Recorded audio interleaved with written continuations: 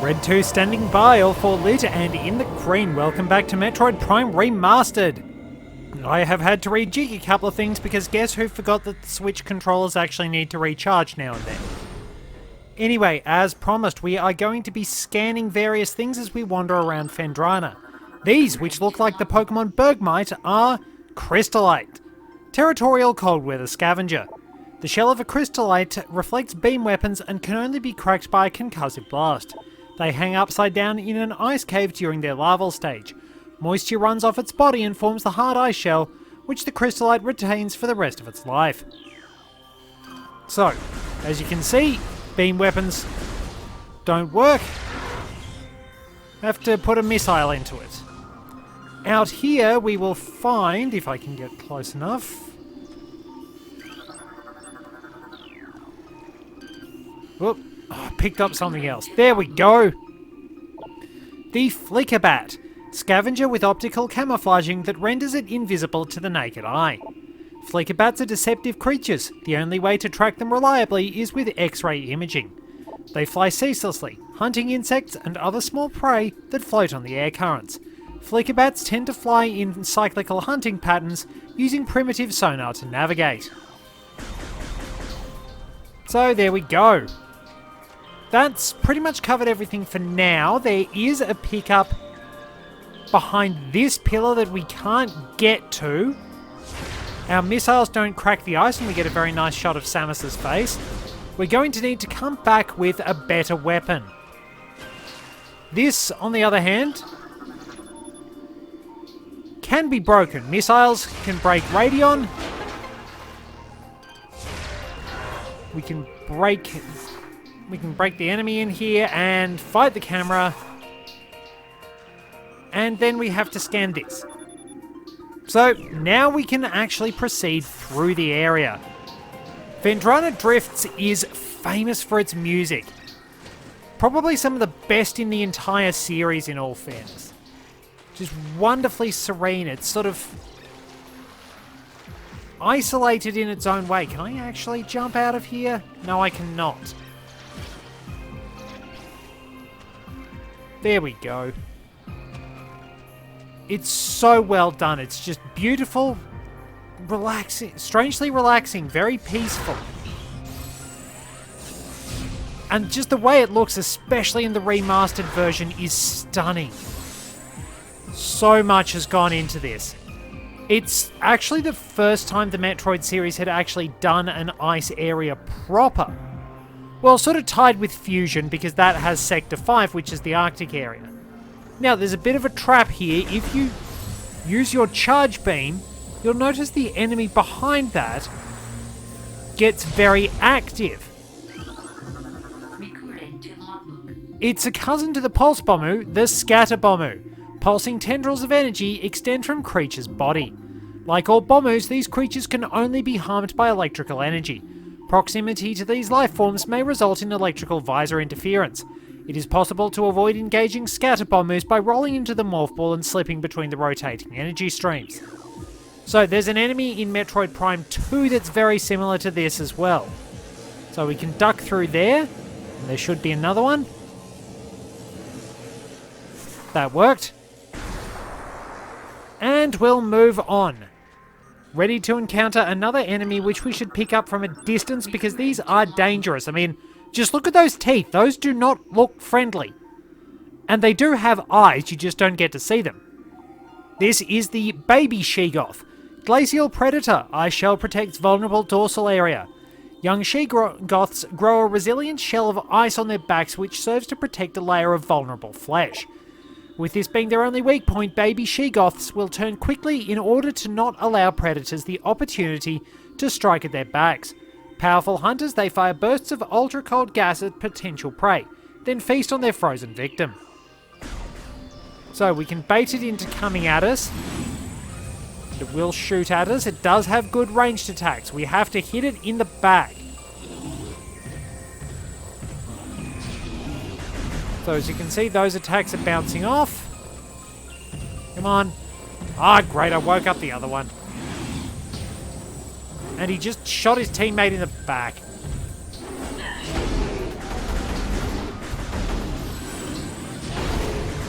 So that's how you deal with them. Quickly get behind them using your dash, basically.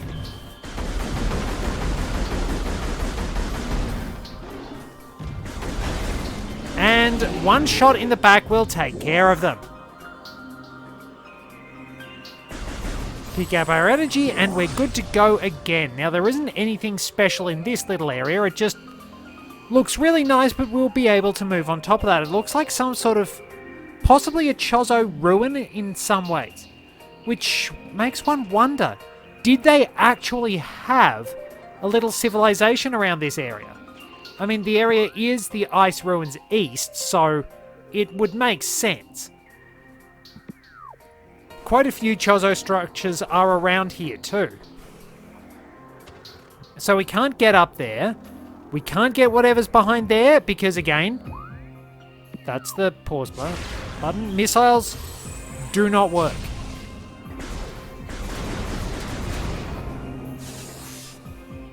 So we will have to come back a fair bit later. We'll just have to make our way through and get to the next area. Whoops. Basically, there's not a lot we can do in the Phendrana Drifts at the moment, but it's also a little frustrating that the only way to actually get here is by going through Magmore Caverns. Pretty much every other area winds up connecting to at least one other location. Now I've got to take care of the enemies. These are ice burrowers. Burrower adapted to sub-freezing climates. A hardy life form, the ice burrower has adapted to the frigid climate of Phendrana. It spends most of its time tunneling through the frozen soil, but will occasionally surface to attack passers-by.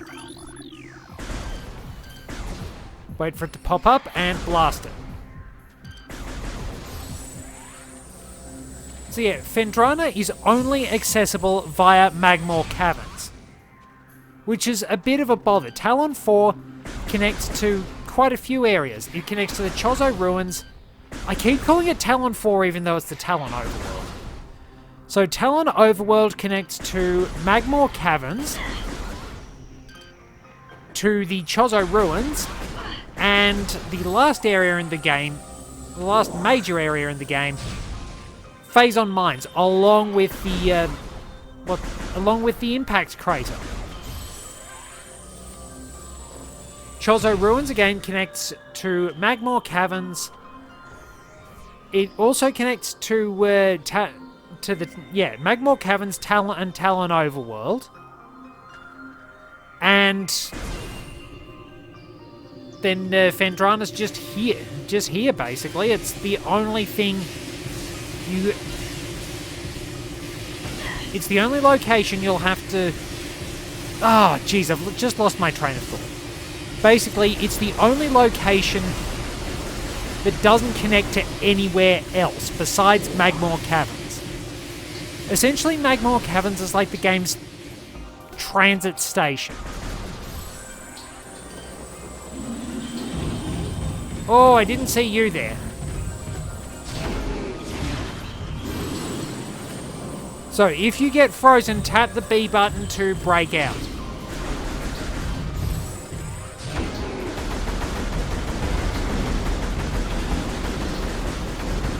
Nearly got it. Right, that's one down. And yeah. So, essentially, I finally got my sentence structure right. We're not going very well in that regard. But, basically... Oh, Chozo lore. Basically, Phendrana is only accessible from Magmore, while there are 2 access points to pretty much every other area. Magmore Caverns connects to everything. It's basically the transit station. So, our Chozo lore. As the great poison reaches ever further into the planet, we Chozo begin to feel the gnawings of despair. Before it is too late, we now make our last stand. We have begun to build a temple to contain this darkness. At its heart, we will place a cipher, a mystical lock powered by 12 artifacts and filled with as much power as we Chozo can harness. We wonder though, even when we are done, will it be too late? And will the power of the temple and the cipher itself proved strong enough to hold back the poisonous tide that even now swells within the ground, threatening all life. So yeah, it was getting pretty dire for them. We do need to jump up there, but we can't right now. We can get our head above there, but that's about it. So there's not a huge amount we can do just yet. There's another pickup we can grab in here. But we do need our double jump for that. All we can do is head down here. Blast open this door, and we are getting something connected to the morph ball. Probably a bit of a surprise because, well, you don't get the typical speed booster. We get something different. We get more Chozo lore, for one thing. Recorded to logbook. So many creatures suffer beneath the blight upon the land, and we Chozo are no exception. But for all of our pain, we can at least believe in the promise of the future.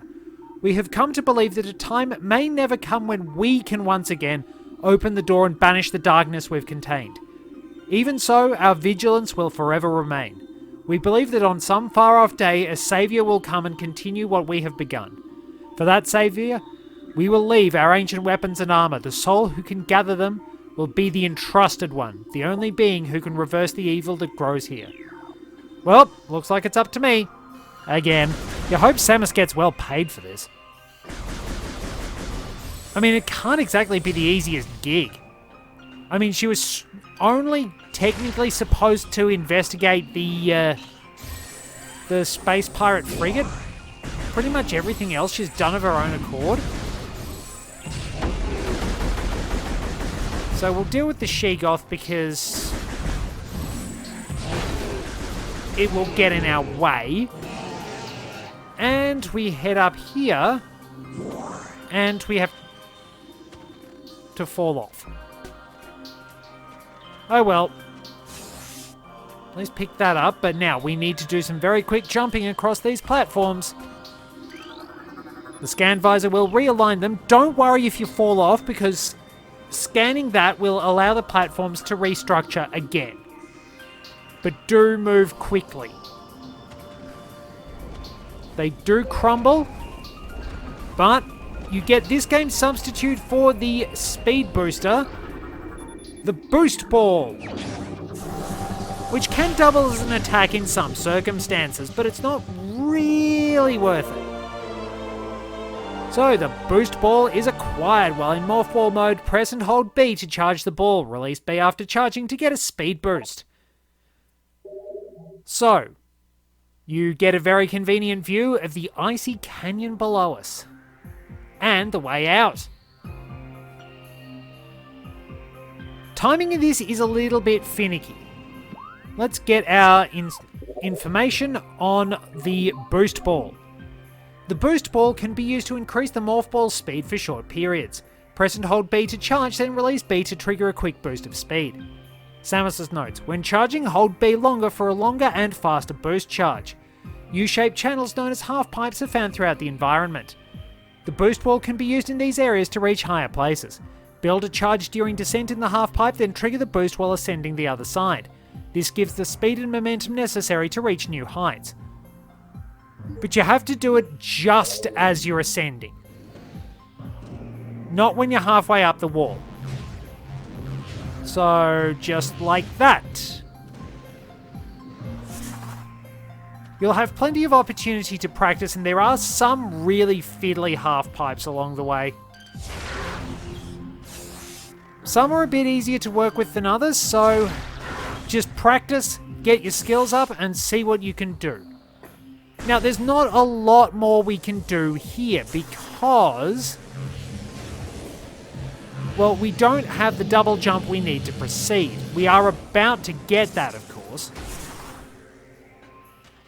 Which is very, very, very helpful. Oh no, you're back. I don't want to deal with you. I'm getting out of here as quickly as possible. Run in the direction of away.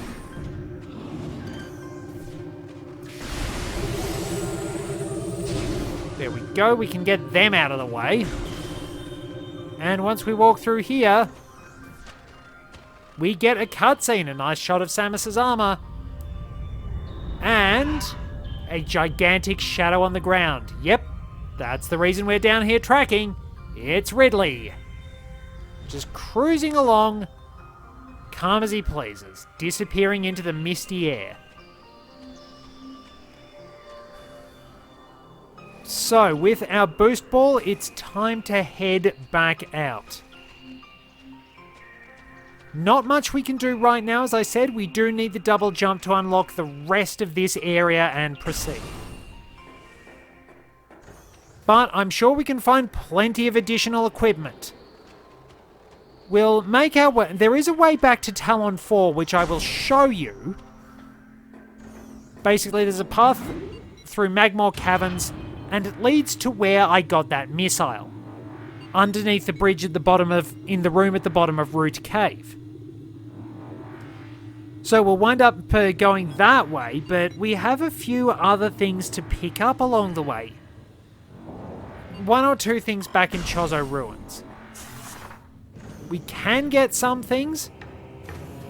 It sort of depends on what you want. Well, actually, no. I might wait for a little bit. I might wait and go and do what we're supposed to be doing. Alright, we'll take care of that. So, that's that done. There'll be a couple more turrets for us to nobble. And we don't want to walk into the puffers either. But we should encounter a few new enemies. Still walked into the gunfire anyway. But yes, charge shots can disable those. It's handy to remember in a pinch, but, I mean, you can get so many missile pickups, you don't really need to worry about conserving them.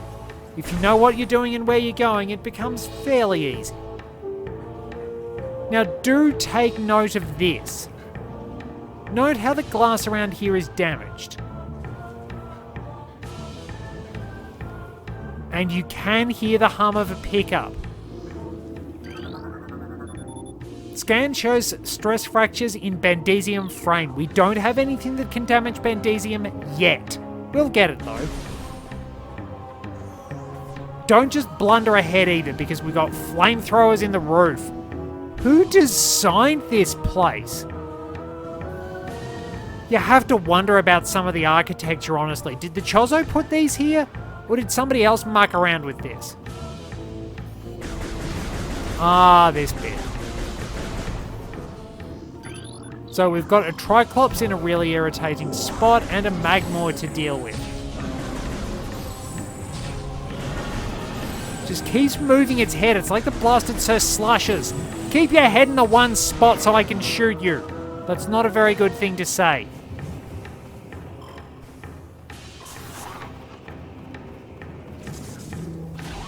Of course it did. Jeez, the lava rips through you.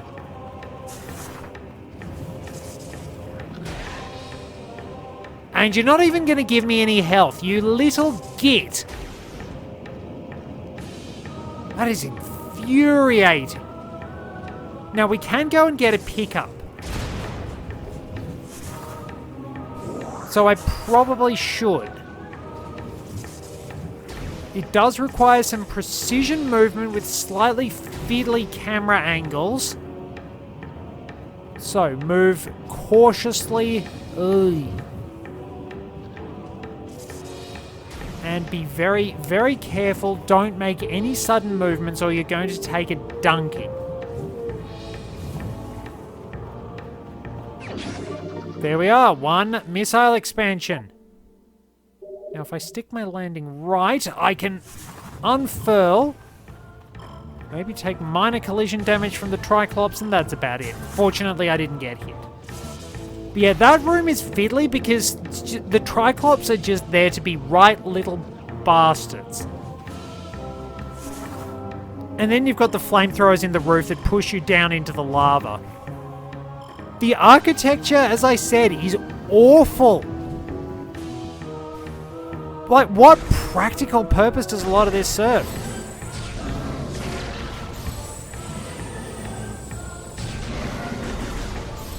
Now, for some reason, this usually drops energy, but it just takes a little while for it to appear. So we make our way through here, and we will be at the elevator to the Tallon overworld. So you can come here early, but you will be warned about intense heat. If we go this way, we can't do anything because otherwise we're taking a lava bath. We don't have the spider ball, so we can't do much. So yeah, worth noting the boost ball is unique to the Prime series.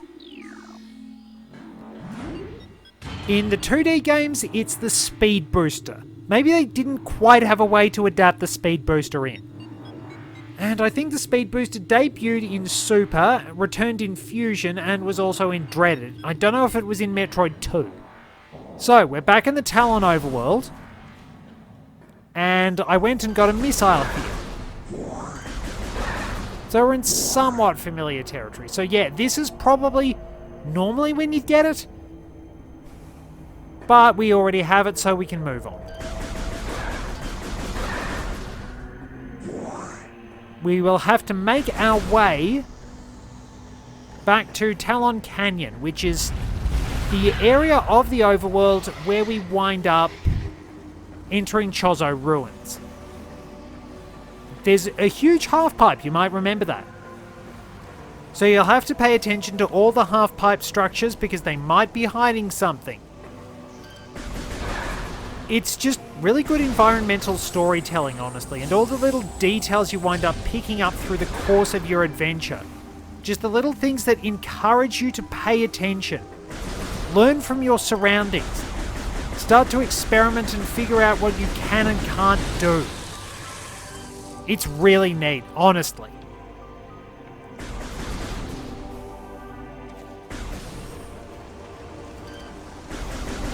And as I've said, I genuinely do prefer this music. I know a lot of people do tend to prefer Tallon Overworld and Depths, the second theme that plays. But this, it just feels relaxing. It's based on the original Brinstar theme in some ways. It's just such a good demonstration of that use of familiar themes, this and Magmore Caverns. It's just a nice little bonus for people who played the series for so long. That's one of the things I really like about being able to reuse music like that. It's always great like when it happens in the Mario series, the Zelda series, and more. Like, it's the reason why the music for Throwback Galaxy is one of my favourite bits from Galaxy 2, because I grew up with Mario 64. And also, just how beautiful, how full of life, and how detailed all these little side areas are. Sure, they're essentially loading zone corridors in a way, but the effort is there. There is so much great effort. It's stunning to see. Stuck the landing nicely, and we head on down into here. And Samus can get the space jump boots. We don't get the full infinite jump of the space jump, we just get the boots. Space jump also debuted in Metroid 2. I thought it was a Super Metroid thing, but there you go. It must be the shoes. My kicks look huge and my crew looks tough. We've got ourselves the space jump boots, which allows us the double jump. That will allow us to proceed through a fair bit of Phendrana drifts. So there we are, up we go. There was a trick in some of the original versions that allowed you to get the space jump boots early. Now, if I remember correctly, it wants us to go back to Phendrana drifts. And I think I shall.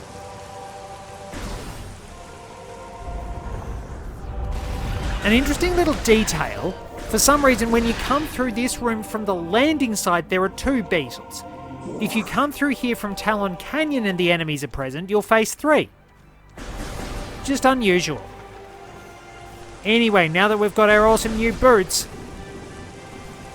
we can explore Fendrana, and I will probably see you back there so that we can proceed.